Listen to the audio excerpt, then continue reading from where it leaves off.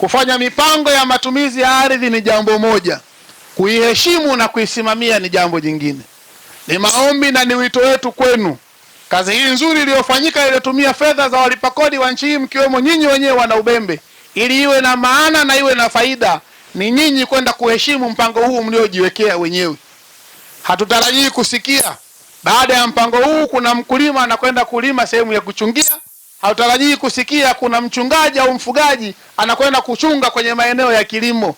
Hatutarajii kusikia kuna mkulima anaenda kulima kwenye maeneo yaliyotengwa, maeneo ya vyanzo vya maji na maeneo mengine. Kwa kuwa na mpango huu, kila mmoja akaishi na akafanya majukumu yake kulingana na mpango wa matumizi wa ardhi tulioutengeneza wenyewe na tuliokubaliana wenyewe. Kwa niaba ya Waziri wa Ardhi, Nyumba na Maendeleo ya Makazi, naomba niyapokee yote mawili na nikuhakikishie ili la kutoa hati ulivyolizungumza tu, nikamgeukia mtaalamu hapa nikamuuliza unahitaji siku ngapi maelekezo ya kamati hii yawe yametekelezwa. Ameniambia ndani ya siku 60.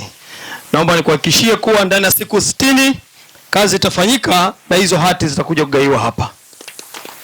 Sema tu sisi kama serikali ya wilaya, ahadi yetu ni kutoa ushirikiano kuona au kuhakikisha kwamba mpango huu wa matumizi bora ya ardhi katika kijiji hiki cha Ubembe na vijiji vingine vile ambavyo tayari vina mradi huu unafanyika kwa mujibu wa mpango. Mradi wa upangaji wa matumizi ya ardhi umeleta mafanikio makubwa kitaifa na katika maeneo mbalimbali ikiwemo halmashauri ya wilaya ya Muheza kwa kuimarisha usimamizi bora wa ardhi, kupunguza migogoro ya mipaka, kuongeza usalama wa milki na kuweka misingi ya maendeleo endelevu ya kijamii na kiuchumi.